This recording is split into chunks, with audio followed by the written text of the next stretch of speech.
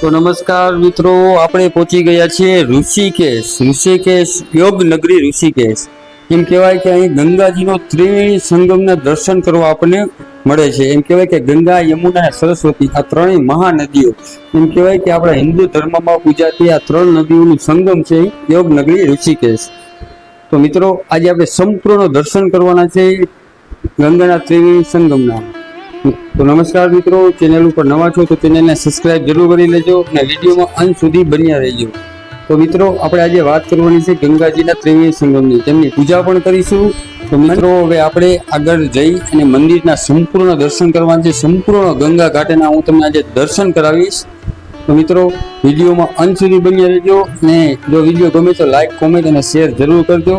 તો મિત્રો, હવે આપણે આ ઘાટના દર્શન કરીએ. ઘાટની અંદર પ્રવેશતા જ એમ કહેવાય કે ઘાટની અંદર પ્રવેશતા સુંદર મજાનું દુર્ગા માતાજીનું મંદિર આવેલું છે. તો સૌ પ્રથમ આપણે દર્શન કરીએ દુર્ગા માતાના, અને મહાદેવનું પણ સુંદર મજાનું અહીં મંદિર છે. તો મિત્રો, દર્શન કરો મહાદેવના અને દુર્ગા માતાના. આ સુંદર મજાનું દુર્ગા માતાનું મંદિર આ ઘાટમાં આવેલું. સૌ પ્રથમ મિત્રો, હવે આપણે ઘાટ તરફ આગળ વધીએ.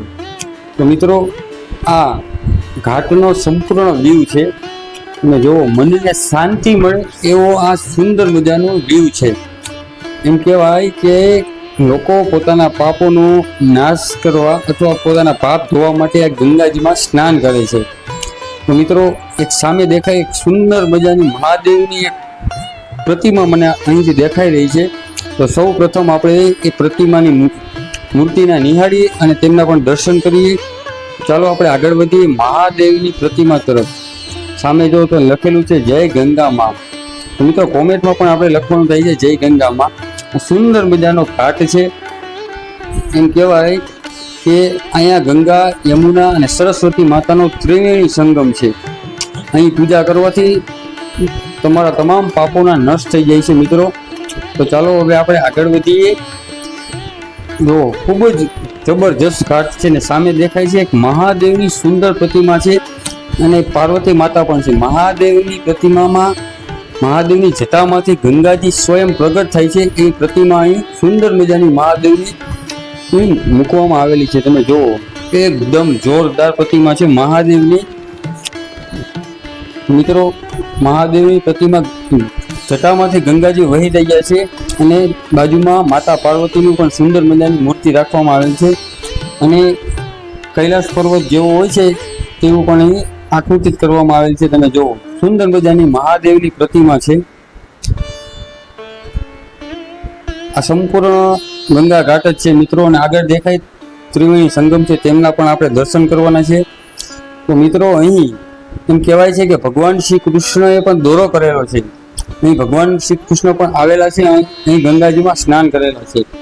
અહીં અર્જુનને ગીતા જ્ઞાન દેતા હોય એવો કૃષ્ણ ભગવાનનો સુંદર મજાનો રથ પણ રાખવામાં આવેલ છે. તમે જુઓ, સુંદર મજાનો રથ છે.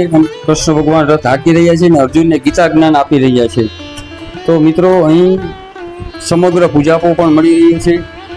અલગ અલગ પ્રકારના કેન પણ છે. એમ કહેવાય કે જે ગંગાજીનું પ્રસાદીનું જલ ઘરે લઈ જવા માટે છે. તો અહીં સંપૂર્ણ વ્યવસ્થા પણ છે. તો હવે આપણે કરવાની છે ગંગાજીની પૂજા.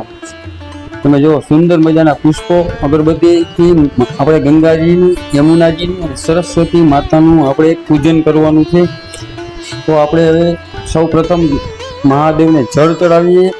એમ કહેવાય કે ગંગા, યમુના અને સરસ્વતી આ ત્રણ નદીની સંગમનું જળ આપણે મહાદેવને અર્પણ કરીશું અને મહાદેવની પૂજા કરીશું. બાદ આપણે ગંગાજીની પણ પૂજા કરીશું.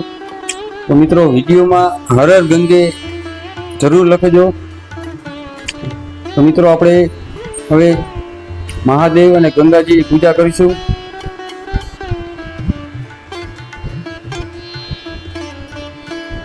તો અહીં પૂજામાં જે આપણે દીવો પ્રગટાવીએ છીએ તે દીવો, અગરબત્તી, પુષ્પ સંપૂર્ણ એક જ પૂજાપાની અંદર આપણને મળી જાય છે. આપણે મહાદેવની પૂજા કરેલી છે. આપણે ગંગા આરતી પણ કરીશું. મિત્રો, કોમેન્ટમાં લખજો હર હર ગંગે, હર હર ગંગે, ગંગા માયા. વિડીયો જોવા વાળાનું અને સૌનું લોકોનું ભલું કરજે અને પાપોને નષ્ટ કરજે અને વિચાર શક્તિ સારી બનાવજે મા ગંગે. આપણે મા ગંગેની, મા સરસ્વતીની, મા યમુનાજીની આરતી કરી હવે આપણે સંપૂર્ણ ત્રિવેણી ઘાટના પણ દર્શન કરવાના છે. અહીં પાણીનો સ્ત્રોત ખૂબ જ વેગમાં છે, એટલે આપણે અંદર જઈને દર્શન નહીં કર્યું, પણ તમને સરસ મજાના ત્રિવેણી સંગમના હું તમને દર્શન કરાવું છું. હવે તો અહીંથી ત્રિવેણી સંગમ ચાલુ થઈ જાય, સામે દેખાય ત્યાંથી 3 મહાનદીઓ એકબીજામાં મળી જાય છે અને આ સમગ્ર ત્રિવેણી સંગમનો ઘાટ છે. ઋષિકેશનું આ પ્રમુખ સ્થાન કહેવામાં આવે છે ત્રિવેણી ઘાટ. એમ કહેવાય કે ગંગા, યમુના અને સરસ્વતી માતાનું અહીં એકબીજામાં મિલાપ થાય છે. આ જલથી સ્નાન કરવાથી તમારા તમામ પાપો નષ્ટ થાય છે અને સાંજે એટલી જબરજસ્ત ગંગા આરતી અહીં થાય છે કે તમે એકવાર જ્યારે પણ તમારી પાસે સમય હોય ઋષિકેશમાં આવો તો આ ઘાટની અંદર ગંગા આરતીનો લાવો અવશ્ય લેજો. આપણે જેમ હાટકી પોળી ઘાટમાં આપણે દર્શન કર્યા તેવી જ રીતે સુંદર રીતે મહાગંગા આરતીનું આયોજન થાય છે.